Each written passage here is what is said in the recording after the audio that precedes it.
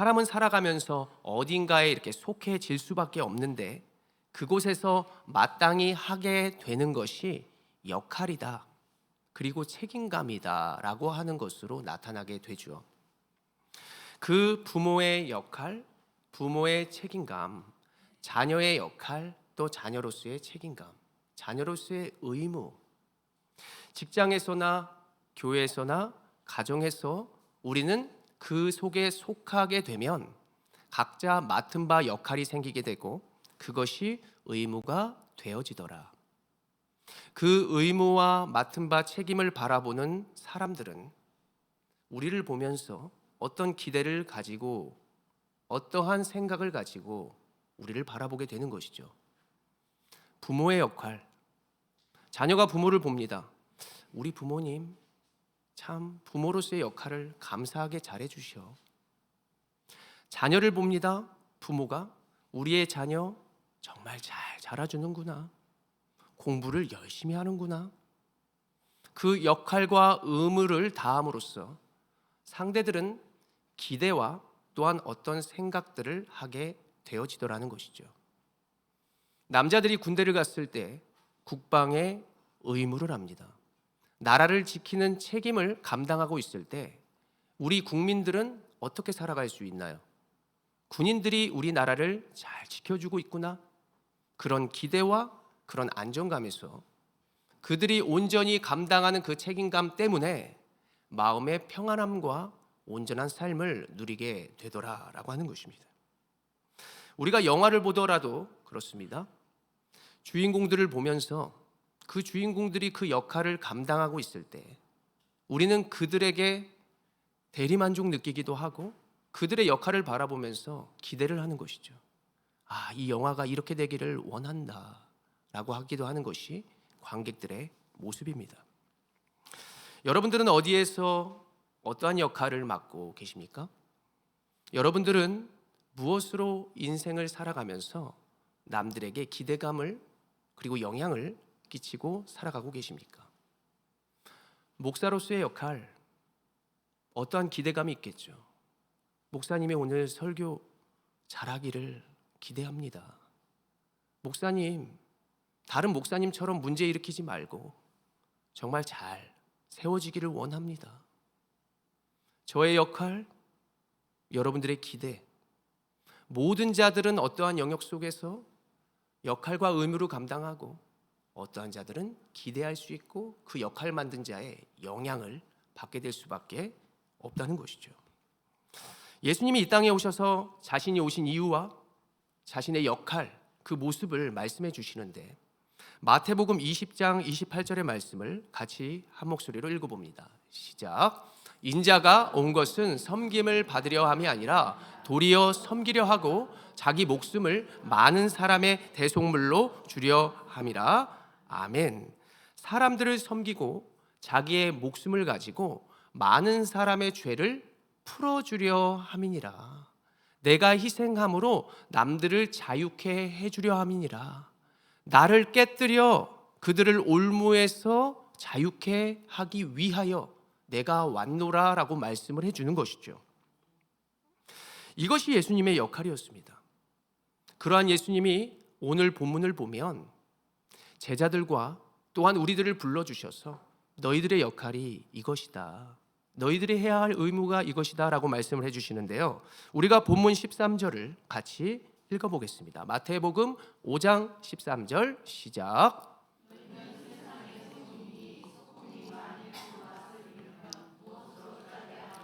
후에는 아무 쓸데없어 다만 밖에 버려져 사람에게 밟힐 뿐이니라. 아멘. 첫 번째로 너희는 세상의 소금이다. 자, 우리는 따라해봐도 돼요. 우리는 세상의 소금이다. 그렇습니다. 우리는 소금입니다. 여러분들 소금이 무엇이에요? 라고 물었을 때 아우 짜요. 소금이 뭐예요? 부패한 것을 방지해요. 소금이 뭐예요? 옛날 치약이 없을 때 치약 대신 썼던 것이 소금이요. 그렇게 말을 하는 분들이 계시겠죠. 여러 다양한 의견과 생각들을 말씀해 주실 것인데 옛날에는 소금을 돈처럼 사용했다고 합니다. 이 소금으로 화폐같이 사용했다는 것이죠. 그래서 소금이 영어로 salt. 그리고 그 salt가 어떻게 유래됐냐 보니까 영어로 salt란 말이에요. 근데 이게 샐러리라고 하는 것에서 유래됐다 그래요. 샐러리. 샐러드 아니에요? 샐러리인데 샐러리는 또 어디서 왔느냐? 라틴어 솔라리움 이런 말에서 유래돼서 소금은 그 샐러리, 솔라리움 그 뜻이 본래 뭐냐? 봉급, 급여라고 하는 뜻이 있다는 것이죠. 주님이 말씀하십니다. 그 소금이 맛을 잃으면, 값어치가 없어지면 아무 쓸데가 없다라고 오늘 성경이 말하고 있습니다. 그리고 세상이라고 하는 말은 우리가 사는 이곳뿐만이 아니라 전 세계, 전 우주를 말씀하고 있는 것이죠. 소금이 그에 맞는 짠맛을 내지 못한다면, 염분을 잃어버리면 사람들의 필요가 없게 되어진다. 쓸모없는 인생이라는 것입니다. 모두의 마블이 아니라 모두의 짐이 되고 이즈나 마나한 역할이, 배역이 된다는 것입니다. 이전에 우리의 아이들이 자다가 이불에 오줌을 싸면 어른들이 뭘 시키죠? 해보신 분 있을 거예요. 소금 얻으러 다니죠. 한방에서 소금은 신장, 그 건강과도 관련이 있어서 그 자녀들이 몸이 쇠약하다 그렇게 싶어서 그 소금을 얻으러 다니면서 그 아이의 건강이 강건하여지기를 바라서 어른들이 그랬다고 합니다. 뭔가 부끄럽게 하려고 수치를 주려고 하는 것이 아니라 그 미신적인 어떤 부분 속에서 염분이 좀 부족하다? 그래서 그 염분에 대한 부분이 적절하게 잘 돼서 그 아이가 건강하게 되어지기를 그렇게 바라는 마음에서 소금을 얻으러 다녔다고 하는 것이죠. 그리고 우리가 장례식장을 가거나 부정한 일을 만나거나 여러 가지 안 좋은 사람이 우리 집 앞에 왔다. 그럼 뭘 해요? 소금을 뿌리는 것을 볼 수 있습니다. 부패, 정화작용, 소금이 썩어지는 것, 재앙을 덮는다고 여겼기 때문에 사람들은 소금을 뿌리는 것이죠. 제 친구도 장례식장 갔다 오면 트렁크에서 딱 소금을 열어서 막 뿌리는 거예요. 뭐 하는 거야? 야, 너희 어머니 교회 다니시잖아. 여전도회 회장님이시잖아. 야, 우리 엄마 불교로 개종했어. 그 어머니가 저한테 그 친구 잘 예수 믿도록 도와달라고 하셨었는데 종교를 바꾸고 이제 소금을 당당히 뿌리더라는 것입니다. 미신이라고 하지만 실제로 소금은 썩어지고 부패한 것을 막으며 사람들에게 큰 유익을 가져다주는 재료다라고 하는 것이죠. 그래서 13절에는 우리에게 이런 소금과 같은 역할이 있다는 것인데 너희가 소금처럼 살아가라 라고 오늘 주님은 말씀하여 주시는 것입니다. 그렇다면 나는 집에서 어떤 맛을 내는 사람일까? 너무 짜다. 너무 싱거운 인생이다. 우리가 가정에서 우리의 주변에서 나는 어떠한 역할과 어떠한 기대를 주는 사람일까요? 나는 교회에서 어떠한 일에 소금을 뿌리시나요? 아, 저분 너무 싱거워. 소금 좀 뿌려줘야지. 소금이 너무 많아. 물을 뿌려야지. 여러 가지 다양한 모습 가운데 우리가 공동체 생활을 하고 우리의 가정 생활을 했을 때 우리가 서로 다른 음식 문화와 또 서로 다른 입맛과 여러 가지의 모습 때문에 우리는 소금을 더 넣어야 돼. 우리 고향에서는 빼야 돼. 여러 가지의 모습들과 다양한 모습들이 공존하게 되는 것이 공동체다. 야, 이 가운데 그냥 어떻게 그분 좀 소금 맛 좀 내라고 나는 좀 참고 살아야 할까? 어느 날 그러는 거예요. 집사님, 국이 너무 짜요. 권사님 입맛이 어떻게 됐나 봐요. 사모님, 국이 너무 싱거워요. 이렇게 서로가 소금의 맛을 낸다고는 하는데 왜 이렇게 적절하게 모두에게 기대를 주지 못하고 실망감을 줄 수도 있을 것일까? 사진을 준비했습니다. 전 이게 적절한 소금의 역할이라고 생각해요. 여러분들 점심시간 다가오는데 죄송합니다. 그냥 먹는 것보다 소금 살짝 찍어 먹으면 제대로 역할 감당하게 되는 것이죠. 부패하고 썩어지는 세상 가운데 우리는 어떠한 모습으로 살아가고 있을까? 나는 그 소금의 역할로 건강하게 살아가는가? 나는 그 역할을 남들에게 끼치면서 남들을 건강하고 유익하게 하는 삶으로 살아가고 있을까? 더러운 것을 정화시키며 진정한 삶의 가치와 행복을 유지시켜 주는 사람, 난 그런 사람이 좋더라요. 저는 만약 제 모습으로 남들을 정말 힘들게 하고요, 나로 인해 공동체가 무너지게 된다면 저는 마음이 굉장히 아플 것 같습니다. 목사님 때문에 교회에 다니기 싫어요. 지난날 나 너 때문에 마음에 상처받았어? 그런 소리를 듣는다면 저는 어디에 숨고 싶고 내 역할을 감당하지 못하는 것 같아서 마음이 무너지고 힘이 빠지는 사람이었습니다. 정말 우리는 그 역할을 감당하며 잘 살아가고 있을까?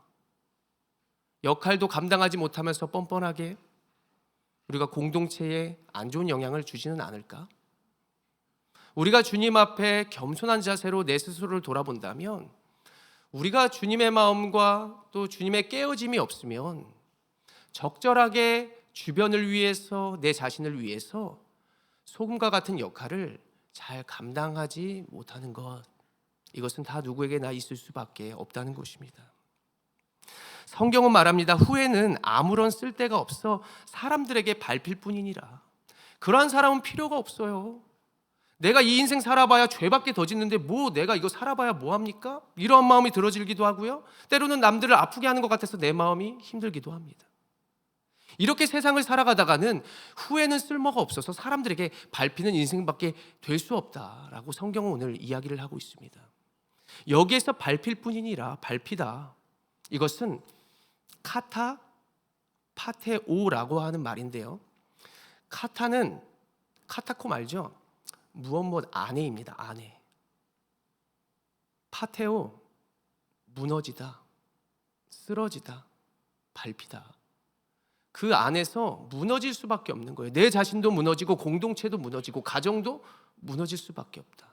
쓸모가 없으면. 여러분들 공간복음서에 씨 뿌리는 비유가 있습니다. 농부가 씨를 뿌립니다.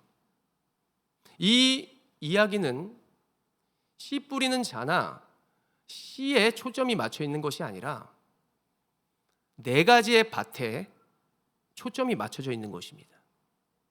뭐 씨 뿌리는 자가 예수님이다, 씨 뿌리는 자가 하나님이다, 복음 전하는 자다, 굉장히 중요해. 복음 전하는 자 중요하죠. 씨 중요합니다. 그런데 전하는 자, 어떤 환경보다 중요한 것은 그 삶을 살아가는 그러한 밭, 마음의 자세, 여러 가지 우리의 생각들, 그것에 초점이 맞춰져 있는 것이 씨 뿌리는 자의 비유의 이야기입니다. 첫 번째 밭에 농부가 씨를 뿌립니다. 길가에 뿌려지니까 새들이 먹어버렸습니다. 두 번째 밭에 농부가 씨를 뿌렸습니다. 돌밭에 뿌려버렸어요. 그러니까 좀 자라다가 금방 말라버리고, 세 번째 밭은 가시떨게 떨어졌는데 좀 뭔가 자란 것 같아요. 근데 시들시들 하다가 결국 기운이 막혀서 온전히 자라나지 못하고, 네 가지 밭에는 좋은 땅에 뿌려지니 100배, 60배, 30배의 결실, 또는 30배, 60배, 100배의 결실, 다 맞습니다. 공간복음서에 좀 차이가 있을 뿐이죠. 좋은 땅은 좋은 결실. 그 땅이 누구 안에 있어서? 어떤 카타 안에 있어서 그럴까요? 이 카타 파테오라고 하는 말과 동일하게 쓰인 말이 바로 첫 번째 밭입니다. 첫 번째 밭이 무엇이었냐? 누가복음 8장 5절의 말씀 같이 읽어봅니다. 시작.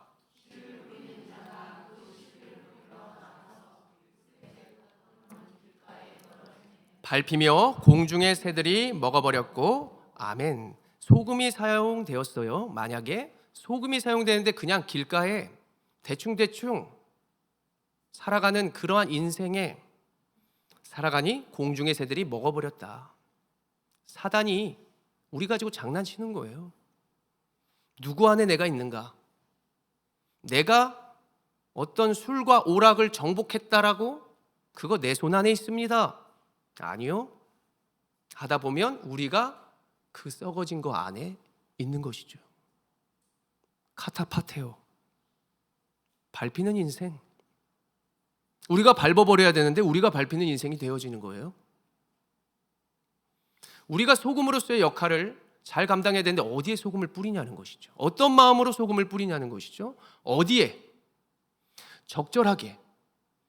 진짜 프로는 유연한 것이죠. 센 사람이 있고 진한 사람이 있으면 내가 힘 빼주는 거죠.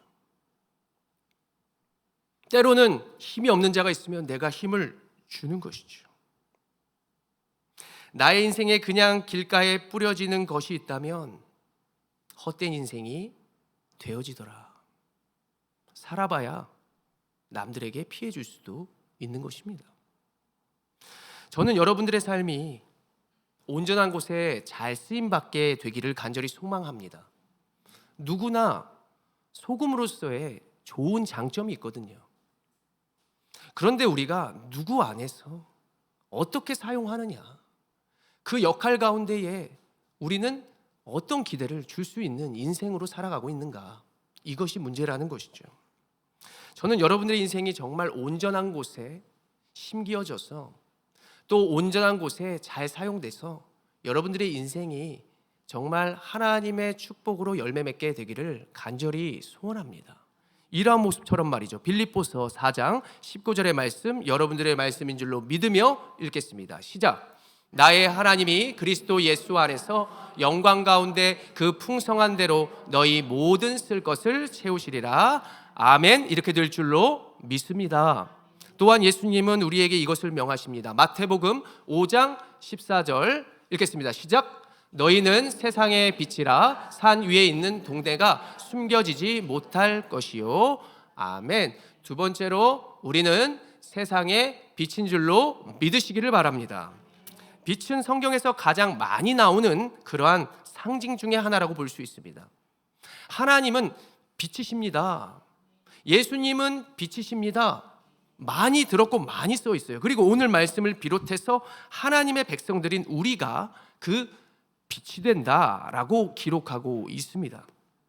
우리가 세상의 소금처럼 살아가는 모습 속에서도 하나님의 기쁨이 되고 은혜로 나아갈 수 있겠지만 그 소금이 온전한 곳에 뿌려지고 열매 맺기를 위해서는 그 빛이 비춰져야 되고 그 빛이 있어야만 우리가 온전히 성장하고 모두에게 비칠 수 있게 되는 것이죠.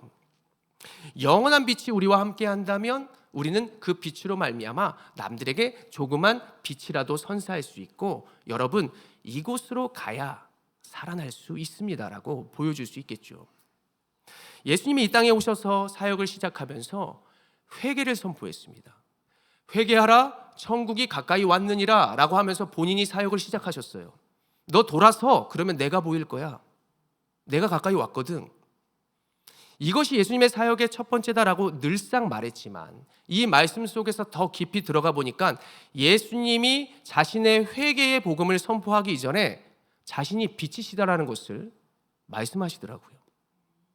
마태복음 4장 16절의 말씀인데요, 구약의 말씀, 예수님이 어떤 말씀을 인용하시는지 읽겠습니다. 시작. 흑암에 앉은 백성이 큰 빛을 보았고 사망의 땅과 그늘에 앉은 자들에게 빛이 빛이었도다 하였느니라. 아멘. 이사야 선지자 9장, 이사야 9장에는 오실 메시아에 대해서 예표하고 있습니다. 그가 나야. 내가 왔어. 내가 빛이야.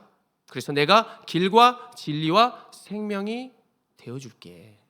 그래서 빛으로 길과 진리를 보여주시는 것이죠. 이게 네 길이야. 우상의 길, 남들의 길이 아니라 이게 너만의 길이야. 막혔어요? 웨이메이커, 길을 만들어 주시는 거예요.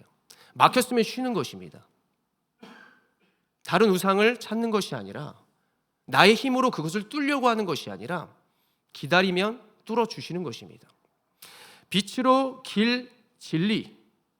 그래서 우리가 빛이 되어지는 것, 그것이 주님의 마음이었습니다.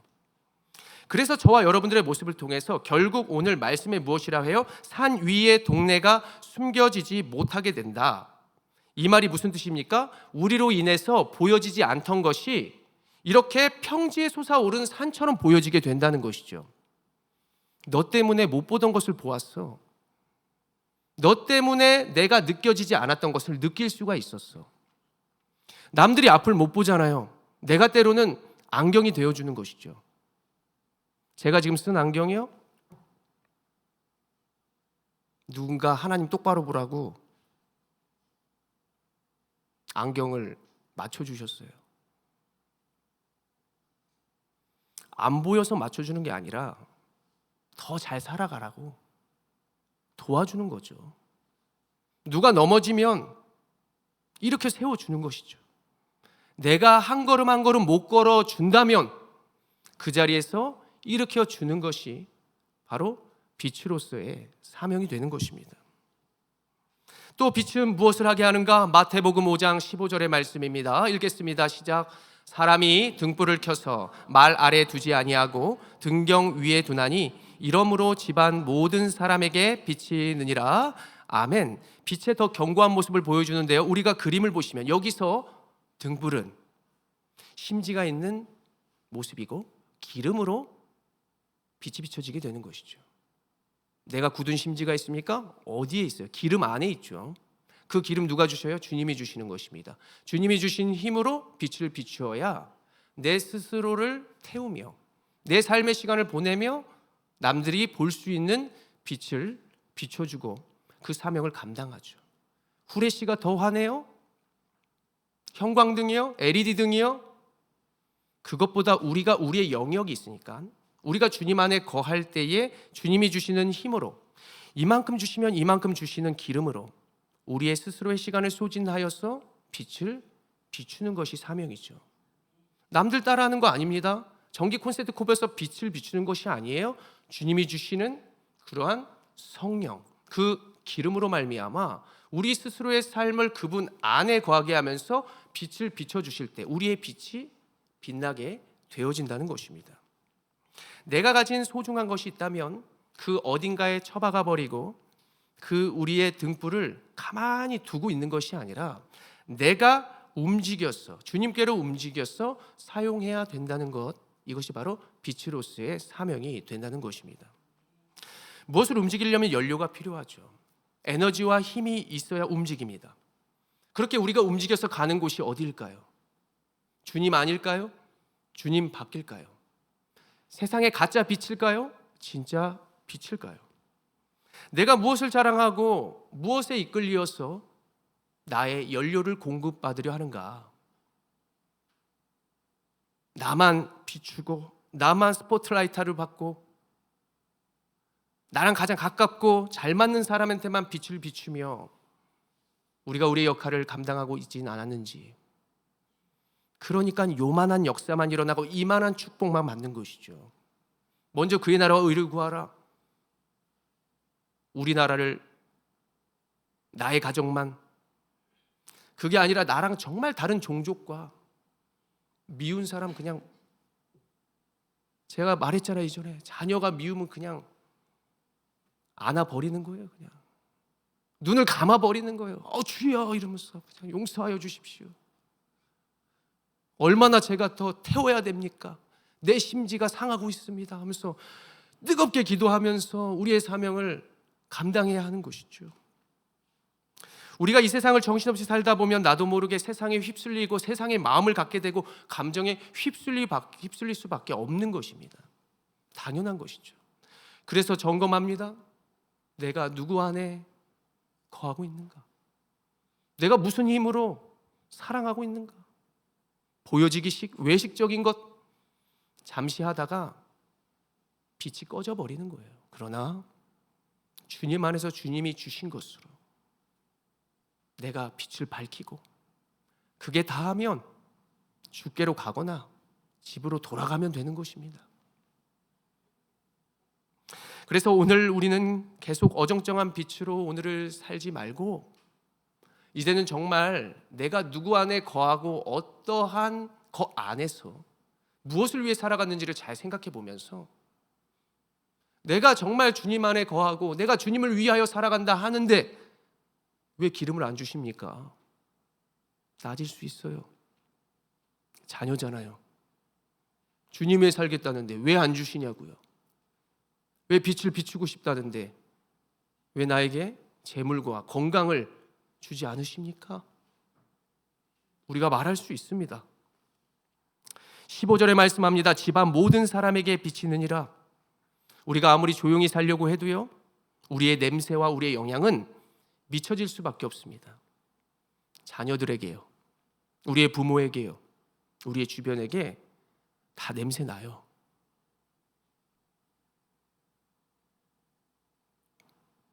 그러므로 우리는 이제 나의 삶을 향수로, 화장으로 그냥 그 가리우는 그런 세상의 거품적인 아름다움이 아니라 여러분들의 인생 가운데 정말 주님 앞에 정결한 삶으로 아름다운 마음으로 말미암아 주변에 그리스도의 향기를 뿜어내고 세상의 돈으로 살 수 없는 진정한 아름다움과 가치와 능력을 여러분들이 소유해서 이 세상 사람들이 정말 저 사람처럼 내가 저 사람만큼만이라도 살고 싶구나 라고 하는 기대를 주는 여러분들의 인생의 역할 다 되시기를 간절히 소원합니다. 마태복음 5장 16절의 말씀입니다. 같이 읽어봅니다. 시작. 이같이 너희 빛이 사람 앞에 비치게 하여 그들로 너희 착한 행실을 보고 하늘에 계신 너희 아버지께 영광을 돌리게 하라. 아멘. 우리의 빛은 다른 거 아닙니다. 우리의 명품이나 우리의 재물이 아닙니다. 우리의 빛은 나는 그냥 보여주는 겁니다. 우리의 빛은 예수 그리스도인 줄로 믿습니다. 우리의 빛은 다른 거 아닙니다. 우리의 믿음인 것이죠. 안 될 때 비추게 하는 것, 안 될 때 맛을 내는 것입니다. 어떻게 맛을 내요? 간장으로 맛도 내도 돼. 어떻게 맛을 내요? 내가 이렇게 하면 돼. 이렇게 진짜 맛을 내가 보여줌으로써 남들이 맛있게 사는 인생 내가 만들어줘야 되지 않겠습니까?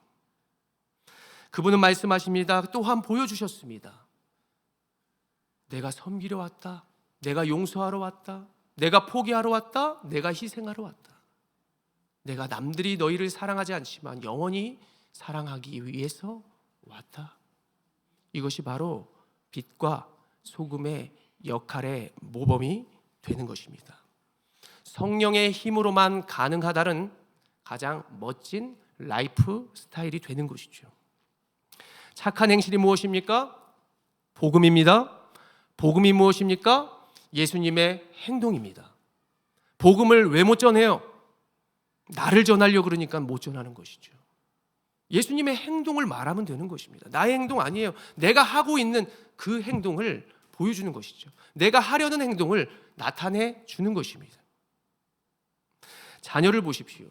나의 주변을 보십시오. 그리고 여러분들의 환경과 여러 가지의 모습들을 보십시오. 왜 변하지 않을까? 왜 나의 자녀는 그 어둠 속에서 나오지 않을까? 나는 항상 왜 이 모양일까? 왜 내 주변과 내 가정은 변화가 없을까? 왜 재물이 풀리지 않을까? 무엇이 문제일까? 우리가 우리의 모습과 우리의 이름과 우리의 직책과 우리의 역할과는 다른 인생을 살고 있어서 그러지 않을까요? 작품을 모두가 찍고 있는데 나는 그 역할을 정말 잘 감당하고 있었을까?